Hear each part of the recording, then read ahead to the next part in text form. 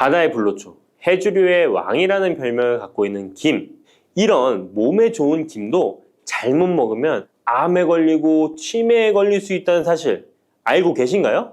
아무리 좋은 음식도 제대로 알고 드실 때 건강을 지키는 보약이 될 수 있는 것이죠. 식탁 위에 빼놓을 수 없는 반찬, 김의 효능 5가지. 김을 드실 때 주의해야 될 분들, 그리고 김과 함께 먹으면 보약이 되는 최고의 음식과 김을 굽는 방법, 좋은 김을 고르는 방법까지 김에 대한 모든 것 알려드릴게요. 입맛도 없고 마땅한 반찬도 없을 때 김 하나만 있어도 밥 한 그릇 뚝딱 해치울 수 있지 않나요? 저도 마찬가지지만 저희 아이들도 김 하나만 있어도 반찬 투정 안 합니다. 이렇게 밥 반찬으로도 최고지만 요즘 전 세계에서 우리나라 문화에 열광을 하며 우리나라 음식에도 관심이 많은데요. 최근에는 특히 바로 이 김에 대한 관심도 높아졌습니다. 냉동김밥이 어마어마하게 많이 팔리면서 김에 대한 인기도 높아져 과자처럼 간식으로 김을 많이 먹고 있다고 하네요. 전 세계적으로 선풍적인 인기를 끌고 있는 김의 첫 번째 효능은 바로 뇌를 건강하게 해서 치매를 예방하는 데 좋다는 것입니다. 김에는 뇌신경을 활성화시키는 비타민 B1과 비타민 B2가 풍부하게 들어있는데요. 이 비타민들이 뇌세포의 건강을 유지하고 신경 전달 물질을 생성하는 데 도움을 주어 기억력을 향상시키고 뇌를 계속해서 활성화시켜줍니다. 또한 미네랄 성분들이 풍부하여 뇌 기능을 활성화하는 데 도움을 주어 치매를 예방할 수 있습니다. 그리고 김에는 포피란이라는 수용성 식이섬유가 풍부하게 함유되어 있는데요. 이 포피란은 혈관 내에 나쁜 콜레스테롤 LDL 수치를 떨어뜨려주는 효능이 있습니다. 따라서 혈관 내의 혈전 생성을 막아주고 동맥경화도 예방하여 혈액순환을 좋게 함으로써 뇌에도 혈류를 원활하게 해주는 것입니다. 또 김에 함유되어 있는 알긴산이라는 성분이 있는데요. 이 알긴산도 콜레스테롤이 혈관에 쌓이는 것을 방지하고 몸 밖으로 배출시켜주는 역할을 해줍니다. 국립부경대학교 연구팀의 연구 결과에 따르면 알긴산은 혈관 내의 중금속과 노폐물을 흡착하여 제거하고 혈액 속 중성지방 및 콜레스테롤을 억제하여 피를 맑게 하고 성인병 예방에 놀라운 기능을 한다고 보고하고 있습니다. 이러한 성분들의 효능으로 뇌에 필요한 영양분을 충분히 공급하고 노폐물을 빨리빨리 배출할 수 있게 되어 머리도 맑아지고 뇌신경을 튼튼하게 해주는 것이죠. 이러한 김과 계란을 함께 드시면 엄청난 시너지 효과를 누릴 수 있는데요. 계란에는 비타민 B1, 2와 콜린이라는 성분이 풍부한데 이 성분들이 뇌신경을 활성화하는 데 큰 도움을 줄 수 있습니다. 그 이유를 살펴보면 콜린은 뇌의 신경 시스템에서 중요한 역할을 하는 아세틸콜린이라는 물질의 주 성분인데 아세틸콜린은 신경 전달 물질로 뇌세포 사이에서 정보를 전달하는 역할을 해줍니다. 바로 이 콜린이 충분히 공급되어야 기억력, 학습 능력, 그리고 인지 기능을 유지할 수 있습니다. 이뿐만 아니라 김은 계란에 부족한 비타민 C를 보충해주고 계란은 김에 부족한 비타민 D를 보충해줘서 서로가 정말 잘 어울리는 식품이 되는 것입니다. 계란과 김이 만나면 정말 뇌 기능에 필요한 보약이나 다름이 없는 것이죠. 김의 두 번째 효능은 식물성 단백질 공급원의 최고봉이라는 것입니다. 김에 함유된 단백질의 양은 소고기보다도 많은데요. 소고기가 단백질이 풍부하다고 알고 계시잖아요. 소고기 100g당 단백질의 함량은 20g이고요. 김 100g당 단백질의 함량은 30g입니다. 소고기보다 김에 단백질이 많이 들어있다니 놀랍지 않나요? 마른 김 5장에는 계란 1개에 함유된 단백질의 양이 들어있다고 합니다. 그런데 이 단백질에 식물성 단백질과 동물성 단백질이잖아요. 이 둘을 함께 먹을 때 더 흡수가 잘 되어 건강에 좋은데요. 이 김과 계란을 함께 먹을 수 있는 정말 좋은 방법 알려드릴게요. 김 계란말이는 많이들 해 드시잖아요. 반찬으로 만들어 먹기도 편하고 맛도 좋아 많이들 드시는데요. 그것 말고 계란김전을 알려드릴게요. 먼저 김을 먹기 좋은 크기로 잘라주시고요. 한쪽에 놓아줍니다. 적당한 용기에 계란을 깨주시고요. 속은 한 꼬집으로 약간 간을 해줍니다. 다음에 계란을 풀어줍니다. 이제 김을 2장씩 포개어 계란물을 앞뒤로 잘 묻혀준 다음에 기름을 두른 팬에다 부쳐 묻혀주시면 됩니다. 정말 쉽죠? 이렇게 김과 계란을 함께 드시면 맛도 좋고 건강도 챙길 수 있는 밥상위에 보약이 된답니다. 세 번째, 김의 효능은 항산화 작용입니다. 몸 안에 활성산소가 많아지게 되면 활성산소가 세포를 공격하여 노화시킬 뿐 아니라 암세포로 변이시켜 암을 발생시키기도 하는데요. 김에는 이런 활성산소를 제거시켜 줄 수 있는 강력한 항산화 물질인 베타카로틴이 풍부하게 함유되어 있습니다. 대표적인 강력한 항산화 물질인 베타카로틴은 당근에 많이 함유되어 있다고 다들 알고 계시잖아요. 당근보다 김에 베타카로틴이 더 많이 함유되어 있습니다. 당근 100g에는 5.516mg이 함유되어 있고 김 100g에는 무려 22,500mg이나 함유되어 있습니다. 당근보다도 4배 정도 많은 베타카로틴이 함유되어 있는 것이죠. 놀랍죠? 오늘 놀랄 일이 많은 것 같네요. 이 베타카로틴은 우리 몸속에서 비타민 A로 전환이 되는데요. 비타민 A 하면 무엇이 생각나시나요? 네, 생각하고 계신 건 맞습니다. 바로 눈이죠, 눈. 비타민 A는 시력을 보호하고 야맹증을 예방하는 데 도움이 되는 것입니다. 또한 김에 단백질이 많이 함유되어 있다고 했잖아요. 이 단백질이 비타민 A와 만나면 로놉신이라는 성분이 생성되는데요. 이 로놉신이 시력을 보호하고 야맹증을 예방하는 역할을 하는 것입니다.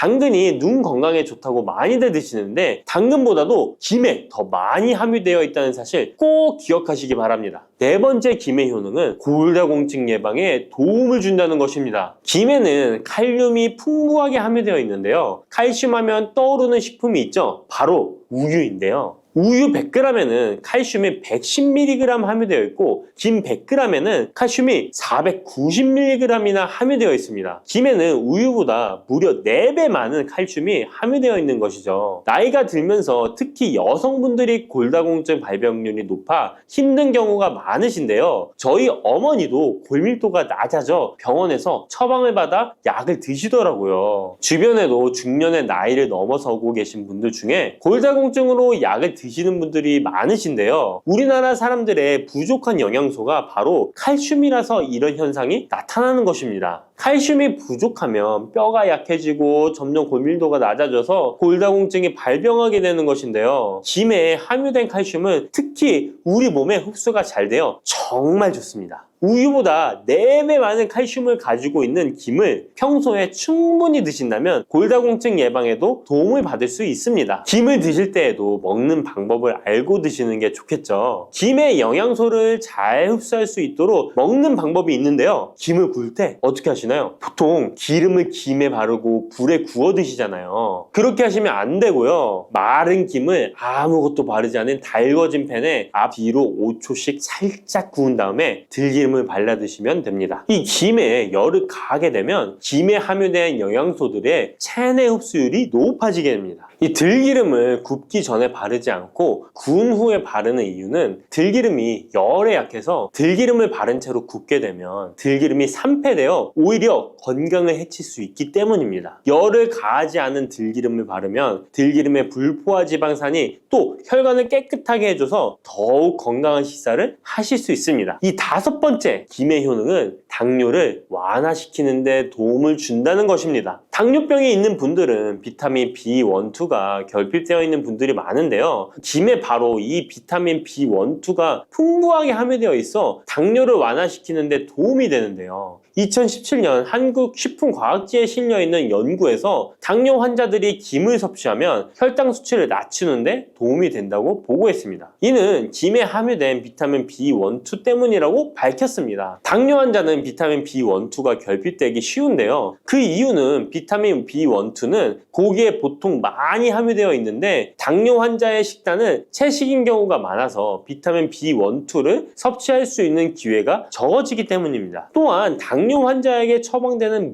메트포르민 계열의 성분들의 약물이 비타민 B1, 2의 흡수를 방해해 비타민 B1, 2가 결핍될 가능성은 더욱 높아집니다. 당뇨 환자들은 고혈당으로 인해 신경이 많이 손상이 되는데요. 이 때문에 손발끝이 저리거나 통증이 오는 신경합병증이 발생하게 됩니다. 이 증상을 완화시키고 신경이 손상되지 않도록 보호하는 역할을 비타민 B1, 2가 해주는 것입니다. 이런 이유로 당뇨 환자는 비타민 B1, 2의 섭취를 신경 써서 해주는 것이 좋지만 말씀드린 대로 육류 식단은 또 당뇨 환자의 식단에 잘 들어가 있지 않죠. 그래서 비타민 B1, 2가 풍부한 김을 섭취하는 것이 당뇨 환자에게 정말 좋은 대안이 되는 것입니다. 비타민 B1, 2의 하루 권장 섭취량은 2.4mg인데요. 이는 자르지 않은 김 한 장만 섭취해도 충분히 섭취할 수 있는 양입니다. 당뇨가 있는 분들이라면 오늘부터 식사하실 때 김을 꼭 드셔야겠죠? 다만 시중에 판매되는 조미김은 기름에 구워지고 그 기름이 산패될 가능성이 높아 오히려 건강에 해로울 수 있으니까 알려드린 대로 마른 김에 기름을 바르지 않고 달궈진 팬에 살짝 구워 드시기 바랍니다. 그런데 이렇게 평소에 많이 드시고 계신데 잘못 드시면 건강을 해칠 수도 있다는 사실 알고 계신가요? 특별히 갑상선이 약하신 분들은 김을 섭취하는데 주의하셔야겠습니다. 갑상선은 우리 몸에서 가장 중요한 내분비 기관 중 하나인데요. 갑상선은 목 부분 기관지 아래에 위치한 나비 모양의 내분비 기관입니다. 중요한 여러 기능을 하지만 그 중에서도 특별히 대사율을 조절하는 기능을 합니다. 갑상선에 T3, T4 호르몬을 분비하여 우리 몸의 에너지 소비와 체온 조절을 하는데 중요한 역할을 하는 것입니다. 그리고 갑상선 호르몬은 신경 시스템의 정상적인 기능을 유지하는데 꼭 필요한데요. 이 호르몬이 제대로 분비가 되지 않아 수치가 너무 높거나 낮게 되면 우울증, 불안 증세,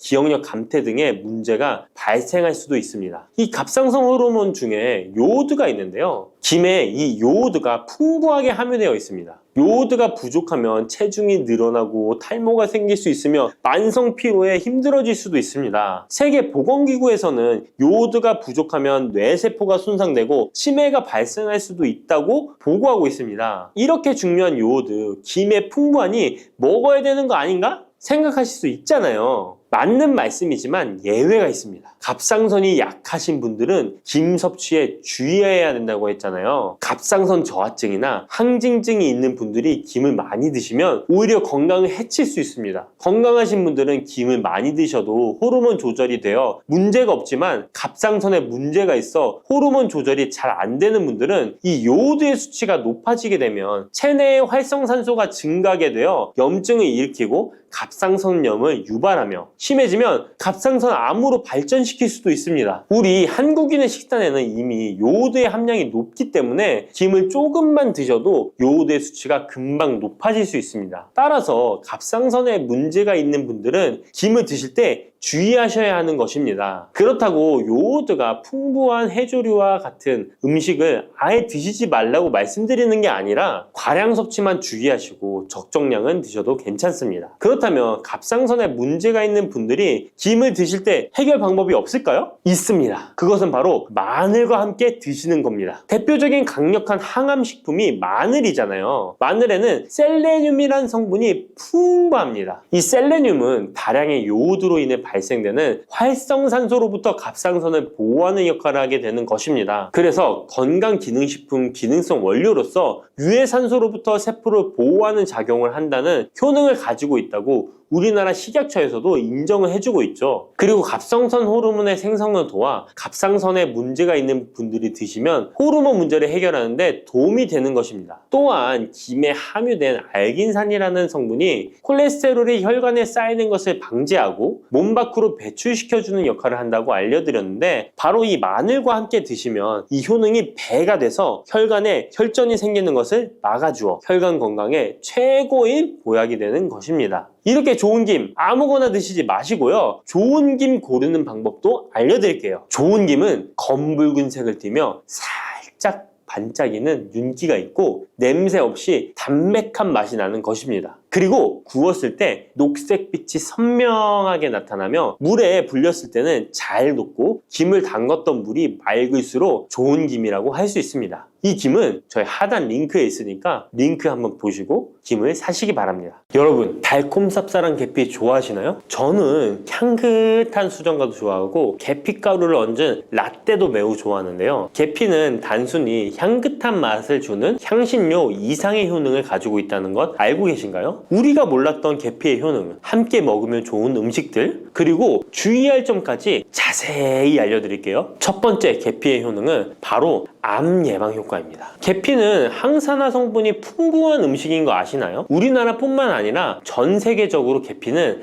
많은 사랑을 받고 있는데요. 향이 좋을 뿐만 아니라 계피의 효능 또한 뛰어나기 때문입니다. 계피에는 항산화 물질이 함유되어 있는데요. 이런 항산화 물질은 우리 몸의 세포가 노화되거나 손상되는 것을 막아주는 역할을 합니다. 특히 계피에 들어있는 시나믹 알데하이드라는 성분이 강력한 항암 효과를 가지고 있어 암세포의 성장을 억제하는 효과가 있는 것이죠. 연구에 따르면 계피는 특히 대장암이나 간암 예방에 효과적일 수 있다고 하는데요. 계피에는 항산화 물질인 폴리페놀이 풍부하게 함유되어 자유라디칼이라고 불리는 유해한 분자로부터 세포를 보호하는 역할을 합니다. 자유라디칼은 암 예방과 관련된 DNA 손상을 일으킬 수 있으므로 항산화 작용을 통해 암 예방에 도움을 줄 수 있습니다. 꾸준히 섭취하면 암 예방에 큰 도움이 될 수 있겠죠? 계피의 놀라운 효능 두 번째는 탁월한 콜레스테롤 관리입니다. 계피는 콜레스테롤 수치 조절에도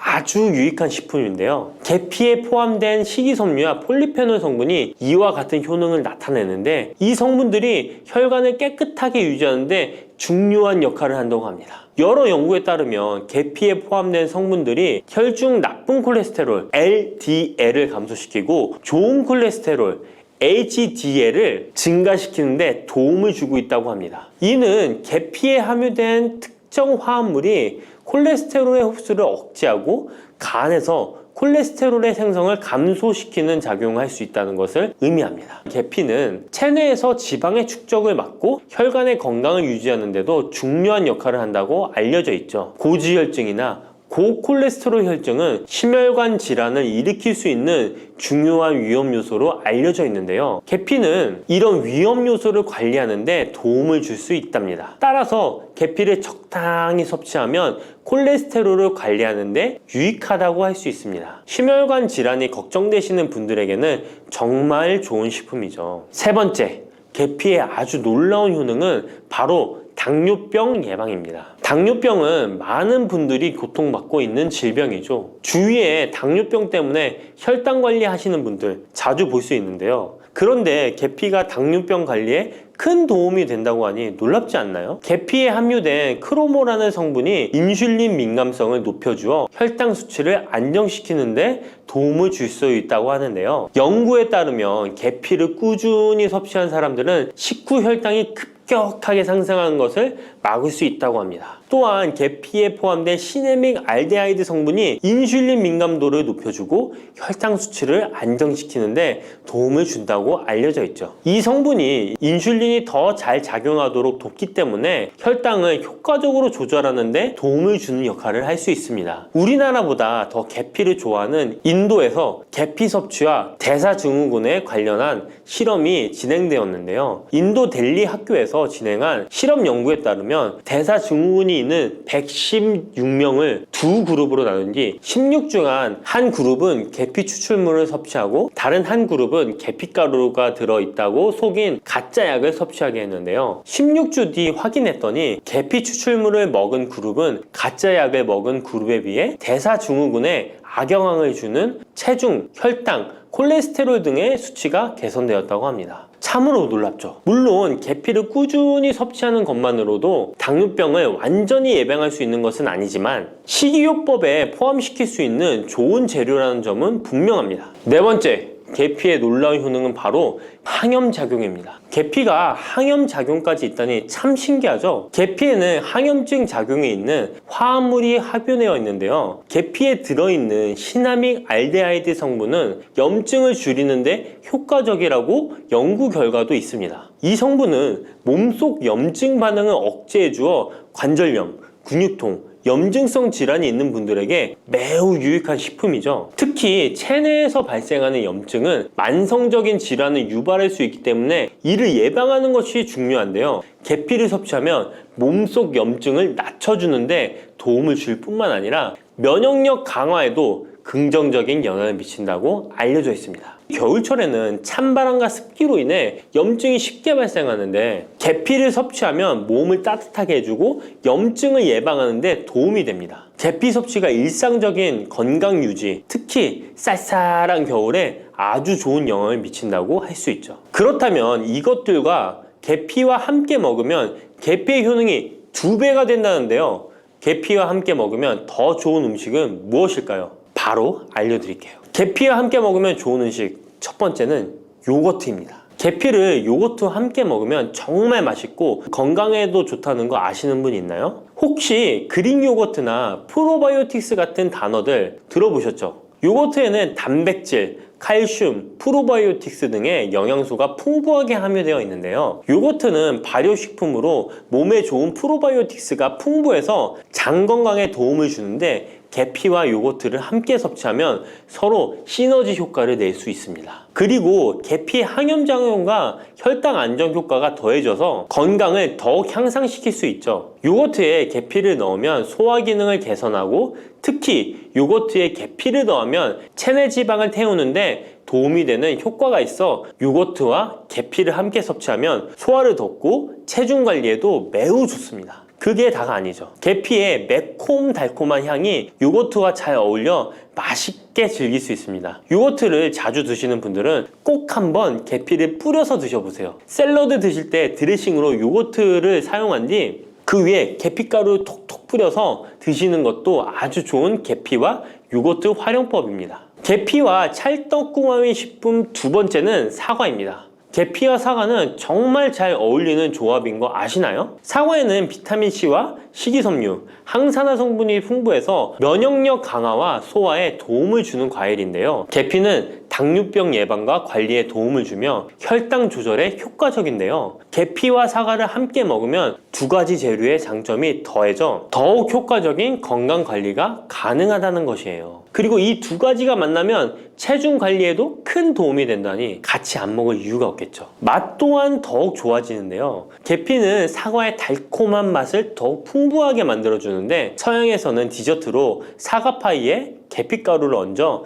향긋하게 즐기는 게 유명하죠. 같이 섭취할 때는 사과에 계피를 뿌려서 간단히 먹거나 사과를 얇게 썰어 계피를 뿌려 먹으면 더욱 맛있고 건강한 간식이 될 수 있다는 것 기억해 주세요. 3번째, 계피와 먹으면 좋은 음식은 바로 커피입니다. 계피와 커피는 정말 좋은 궁합을 자랑한다는 거 아셨나요? 커피는 카페인 덕분에 활력을 주는 음료인데요. 커피의 쓴맛이 사람마다 호불호가 갈릴 수 있습니다. 그런데 계피를 커피에 넣으면 그 쓴맛이 부드럽게 변화하면서 더 풍부하고 깊은 맛을 느낄 수 있는데요. 계피가 커피의 쓴맛을 부드럽게 감싸주기 때문에 커피를 마시는 동안에 입안에 더 부드러운 느낌을 주게 되는 것이죠. 계피는 항염증 효과와 항산화 효과가 뛰어나서 커피와 함께 마시면 건강 효과도 한층 더 올라가는데요. 커피 자체에도 많은 항산화 물질이 포함되어 있는데 계피 역시 강력한 항산화 성분을 가지고 있기 때문에 둘을 합쳐 마시면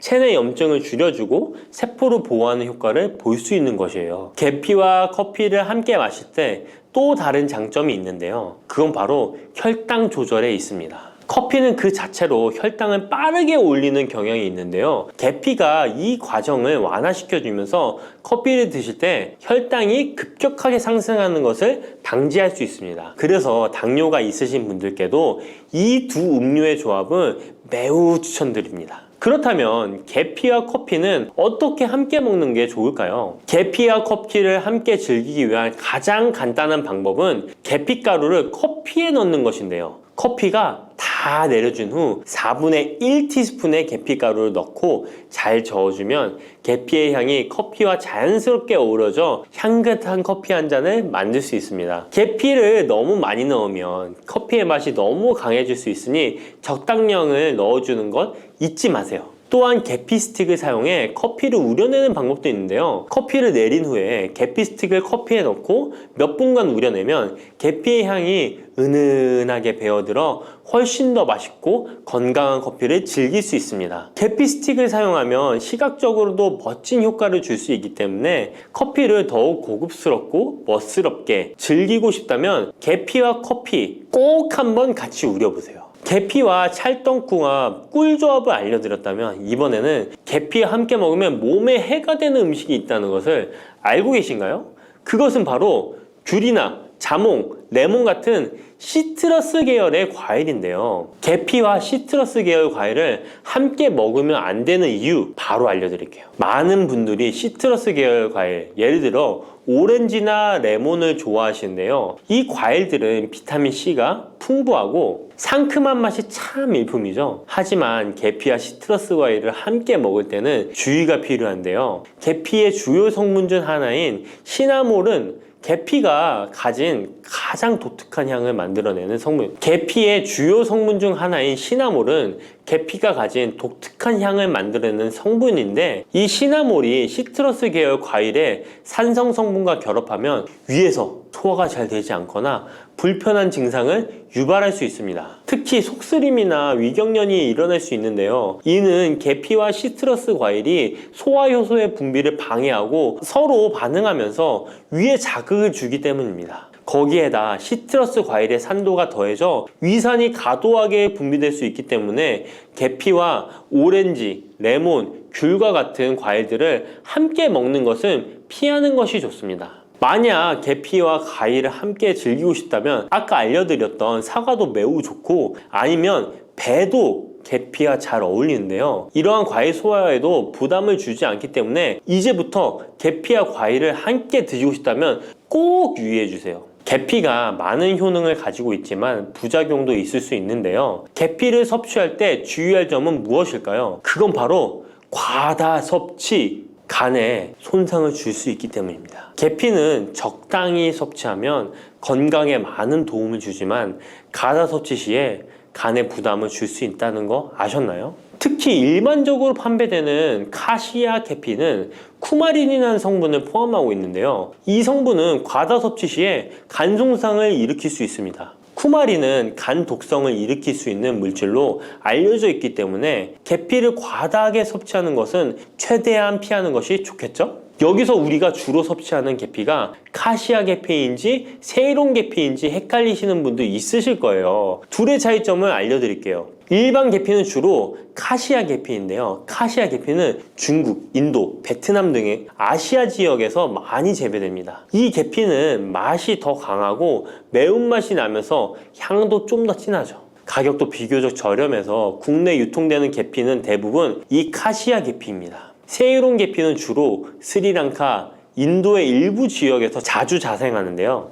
이 세이론 계피는 쿠마린의 함량이 매우 적답니다. 그래서 세이론 계피는 일반 계피보다 상대적으로 많이 섭취해도 건강에 부담이 적다는 것이죠. 세이론 계피는 향도 더 섬세하고 가벼운 느낌을 준다는 건데요. 세이론 계피는 더 희귀하고 가격이 비싸고 고급 계피로 취급되며 주로 건강식품이나 고급 요리에 사용됩니다. 앞서 말했듯이 우리가 쉽게 구할 수 있는 계피는 카시아 계피인데요. 그래서 섭취할 때는 보통 하루에 1에서 2g 정도 섭취하는 것이 안전한 양으로 권장되고 있고, 과다 섭취로 계피의 부작용을 경험하고 싶지 않으시다면 계피를 섭취할 때는 적당량을 지키는 것이 중요합니다. 꼭 기억해 주세요. 녹두는 이렇게 드셔야 당뇨가 예방되고 혈당이 쑥 떨어집니다. 한의학에서는 약으로 사용할 정도로 약효가 뛰어난 식재료가 녹두입니다. 우리 선조들은 이 약효를 잘 알고 일반 가정에서도 많이 사용했습니다. 이런 녹두가 만병의 근원인 고혈압과 당뇨에도 좋다는 사실 알고 계셨나요? 그런데 이렇게 좋다는 녹두도 잘 알고 드셔야 하는데요. 잘못 드시면 우리 몸에 독이 될 수도 있고, 잘 드시면 보약이 될 수도 있습니다. 녹두는 어떻게 또 무엇과 먹어야 되고 주의할 점은 무엇인지 모두 알려드릴게요. 녹두의 약간 거친 식감을 싫어하시는 분들이 껍질을 까고 녹두 속 알맹이만 드시는데요. 녹두에 놀라운 영양 성분들이 거의 다 껍질에 있기 때문에 녹두 껍질은 반드시 함께 드셔야 합니다. 녹두에는 식이섬유가 풍부하고 소화를 돕는 효소가 많아 소화가 잘 안 되는 분들이 드시면 도움이 되는데요. 녹두에 풍부한 식이섬유가 장 운동을 활발하게 하고 소화를 돕는 효소가 장내의 유익균을 풍성하게 해줘 장 건강을 개선해 줄 수 있습니다. 우리 선조들은 기억력이 많이 약해진 환자에게 녹두죽을 먹여 몸을 회복시켜 주었는데요. 그만큼 몸이 약해진 환자들의 몸에도 흡수가 잘 될 만큼 녹두가 우리 몸에 좋다는 것이죠. 놀랍게도 녹두에는 마그네슘, 칼슘과 같은 미네랄 성분들도 풍부한데요. 이 풍부한 칼슘은 골다공증을 예방하고 뼈를 튼튼하게 하는 효과가 있습니다.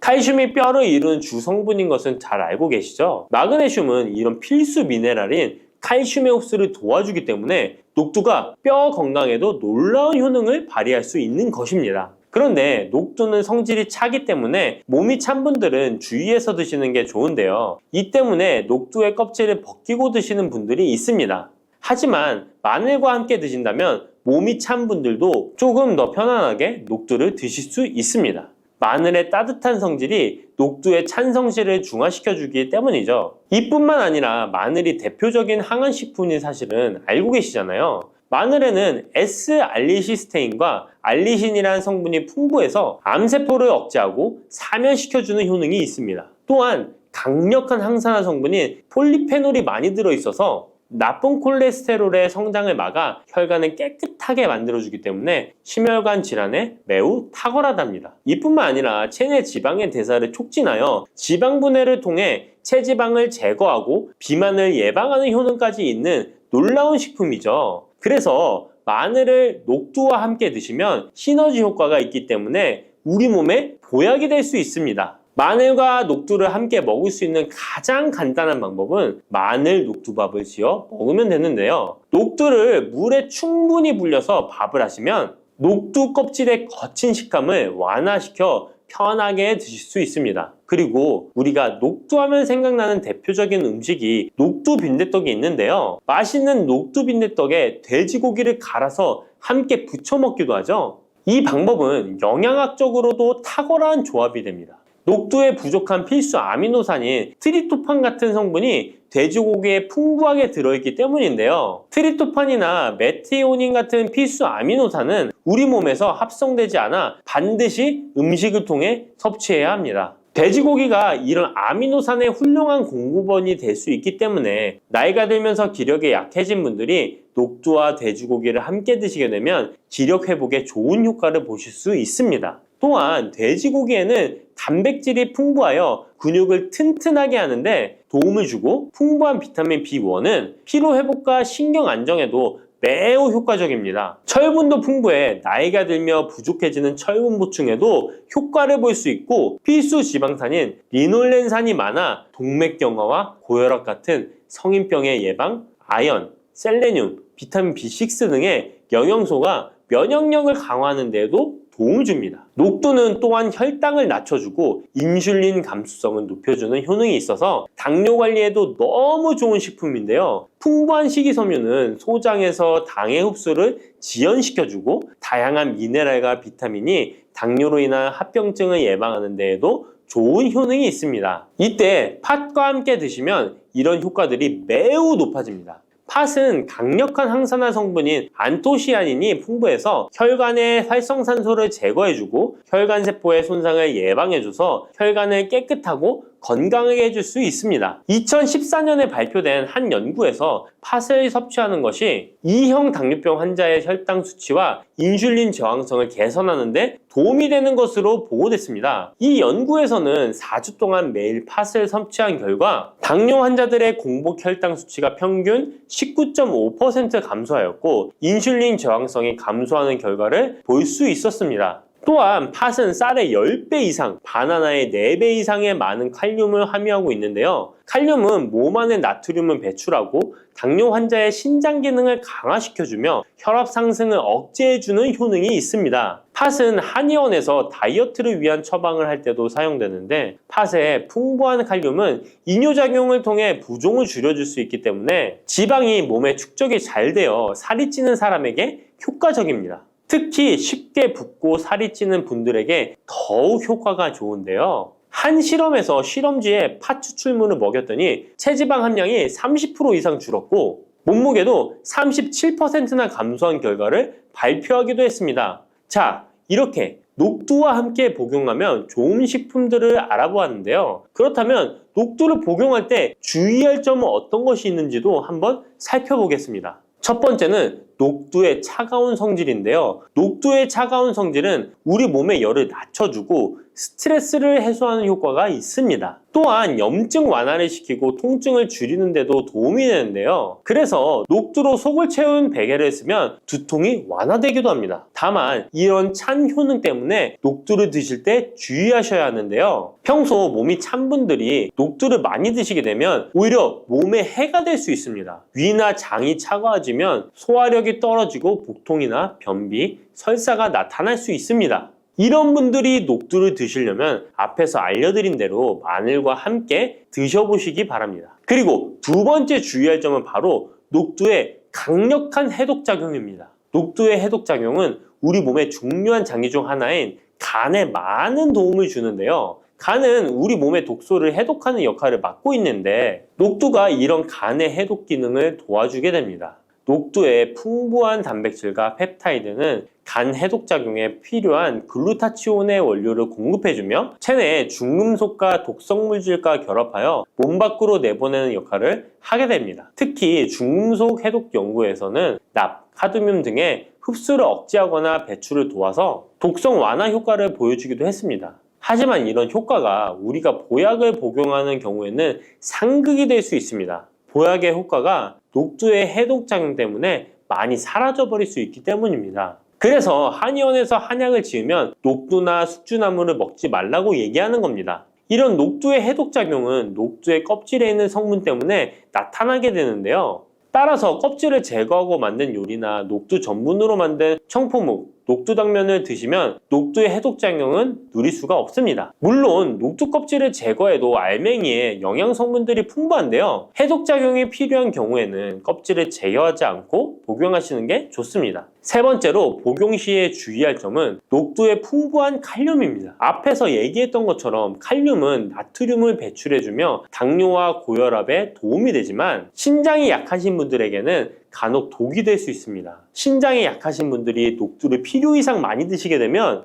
칼륨 배출이 제대로 안 되면서 몸에 칼륨이 쌓여서 고칼륨 혈증이 발생할 수 있습니다. 그렇게 되면 근육 약화나 부정맥, 심장 질환 등의 증상이 발생할 수 있으니까 신장이 약하신 분들은 과도하게 많이 드시지 않는 게 좋습니다. 당근이 몸에 좋다는 사실은 이미 알고 계시죠? 몸에 좋다는 당근도 먹는 방법과 함께 먹는 음식에 따라 몸에 독이 될 수도 있고 보약이 될 수도 있다는 사실 알고 계신가요? 당근과 함께 먹으면 보약이 되는 음식, 당근을 먹는 방법, 그리고 당근을 제대로 먹을 때 나타나는 놀라운 효능까지 당근에 대한 모든 것을 알려드릴게요. 그리고 연예인이 3주 동안 11kg나 감량했다고 하는 당근 다이어트 방법도 영상 뒷부분에 있으니까 끝까지 시청해주세요. 그럼 당근에 대한 모든 것 바로 시작합니다. 당근의 대표적인 효능은 베타카로틴에서 나옵니다. 베타카로틴은 채소를 노란색, 주황색, 빨간색이 되도록 하는 성분이며 대표적인 항산화 물질입니다. 항산화 작용을 한다는 것은 항염증 작용을 한다는 것이고 항염증 작용을 한다는 것은 바로 항암 작용을 할 수 있다는 것인데요. 당근의 첫 번째 효능은 눈 건강을 좋게 한다는 것입니다. 당근의 베타카로틴이 우리 몸속에 들어오게 되면 비타민 A가 되는데요. 비타민 A는 눈 건강을 좋게 하는 성분이죠. 당근을 먹으면 눈이 좋아진다는 말을 많이 들어보셨나요? 눈 건강을 위해 루테인을 드시는 분들이 점점 많아지고 있습니다.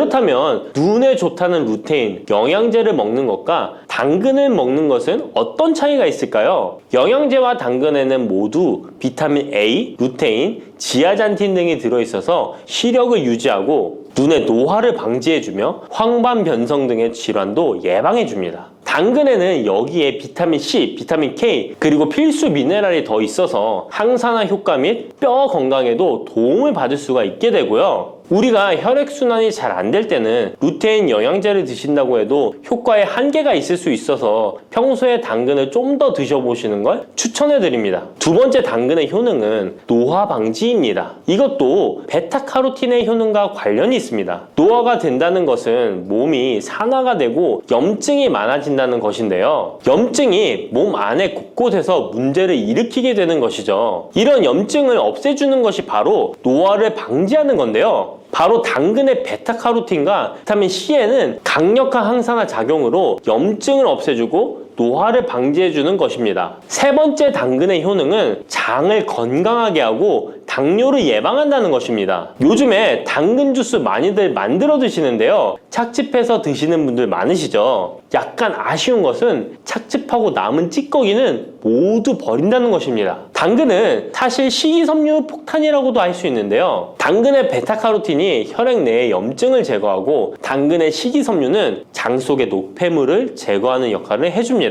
장 속의 유산균이 살아가려면 유산균의 먹이가 있어야 되는데요. 이 먹이를 프리바이오틱스라고 합니다. 그리고 프리바이오틱스의 역할을 해주는 것이 바로 당근의 식이섬유입니다. 또한 식이섬유는 당을 흡착하여 배출해주는 효능이 있습니다. 이 효능은 당이 우리 몸에 흡수되는 속도를 늦춰주기 때문에 혈당이 급격하게 오르는 것을 막아주게 됩니다. 이런 과정은 당뇨를 예방하는데 아주 탁월한 효능을 발휘하는 것이죠. 네 번째, 당근의 효능은 암을 예방하는 것입니다. 암이 발생하는 여러 이유 중 하나는 염증이 계속해서 발생하기 때문인데요. 폐에 염증이 반복해서 발생하면 폐암이 될 가능성이 높고 위에 염증이 반복해서 발생하게 되면 위암이 될 가능성이 높은 것이죠. 또 한 가지 경우는 혈액순환이 잘 되지 않는 곳에 암이 발생할 가능성이 높아집니다. 혈액순환이 잘 되지 않게 되면 그곳에 영양분이 잘 전달되지 않고 문제가 생겨도 회복이 더디거나 악화가 될 가능성이 높아져서 결국 암으로 발전하게 된다는 것입니다. 이러한 문제들을 해결해 주는 것이 바로 항산화 성분이고 당근의 베타카로틴이 강력한 항산화 작용을 하여 암을 예방할 수 있는 것입니다. 간혹 흡연을 하는 분들이 베타카로틴을 섭취하면 폐암의 발병률이 높아진다고 하여 당근 섭취를 꺼리시는 분들이 있는데요. 걱정하지 않으셔도 됩니다. 암 발생은 당근과는 아무런 관련이 없습니다. 폐암이 발생했던 실험군은 당근을 섭취한 것이 아니고 베타카로틴 영양제를 섭취하는 것이었으며 당근을 섭취한 실험군은 오히려 암 발병률이 낮았다는 연구 결과가 있습니다. 다섯 번째 당근의 효능은 치매 예방입니다. 베타카로틴은 뇌혈관에도 작용을 하게 되는데요. 뇌혈관에 쌓이는 베타 아밀로이드를 제거하여 뇌신경을 활성화시켜주는 역할을 해줍니다. 이렇게 뇌신경이 활성화되면 기억력과 학습 능력이 향상되고 치매를 예방할 수 있게 되죠. 치매는 발병이 되면 치료하는 것은 거의 불가능해서 예방이 정말 중요한데요. 치매를 예방하는 데 가장 중요한 것이 혈관을 깨끗하게 하는 것입니다. 당근의 베타카로틴이 혈관을 깨끗하게 해주는 효능이 있으니 당근을 매일 하나씩 꾸준히 섭취하여 치매를 예방하시길 추천드립니다. 여섯 번째 당근의 효능은 바로 다이어트에 효과적이라는 것입니다. 여성 연예인이 당근 다이어트로 3주 동안 11kg을 감량한 사실도 있는데요. 이런 효과를 누릴 수 있는 이유가 당근에 함유된 식이섬유 때문입니다. 풍부한 식이섬유는 포만감을 주고 섭취한 당 성분과 지방 성분을 배출시켜주는 역할을 하기 때문에 다이어트에 탁월한 효능이 있는 것이죠. 그렇다면 연예인이 활용했던 당근 다이어트 레시피 지금부터 알려드릴게요. 먼저 당근을 잘 씻어서 잘게 채를 썰어줍니다. 당근 1개에 소금 1스푼을 넣어서 10분 정도 저어주시고 절인 물은 꼭 짜서 버려줍니다. 그리고 올리브오일과 식초에 버무려 밀폐 용기에 담아 냉장고에서 2~3시간 숙성하신 후에 드시면 됩니다. 먹을 때는 사과를 채 썰어서 함께 드시면 더욱 맛있게 드실 수 있습니다. 이렇게 좋은 당근도 먹는 방법에 따라 효과를 10배 이상 늘릴 수도 있고 함께 먹으면 더욱 좋은 음식들이 있는데요. 우선 당근을 드실 때 다이어트가 목적이라면 생으로 드시는 것이 가장 효과가 좋습니다. 다만 식이섬유는 소화가 잘 되지 않기 때문에 장이 안 좋은 분들은 익혀서 드시는 것이 좋습니다. 그리고 당근을 드실 때는 껍질까지 함께 드시는 것을 추천드리는데요. 당근의 영양 성분은 껍질에 가장 많이 함유되어 있기 때문입니다. 그리고 당근의 베타카로틴은 지용성 성분입니다. 지용성이라는 것은 기름에 잘 녹는다는 것인데요. 따라서 베타카로틴을 잘 흡수하기 위해서는 기름과 함께 섭취하는 것이 좋습니다. 오메가3가 풍부한 올리브유나 들기름, 아마씨유 같은 기름을 사용하면 좋고요. 이렇게 기름을 사용해서 살짝 익혀 드시게 되면 생으로 드셨을 때 10% 정도 흡수되는 베타카로틴을 70% 정도 흡수할 수 있게 됩니다. 엄청난 차이죠? 기름에 볶을 때 주의사항은 너무 오래 익히지 말고 살짝만 익혀서 드시는 것이 좋습니다. 너무 오래 볶으면 오메가3를 함유한 기름도 산패되어서 문제가 될 수 있기 때문입니다. 다음으로 함께 먹으면 좋은 음식들을 알려드릴게요.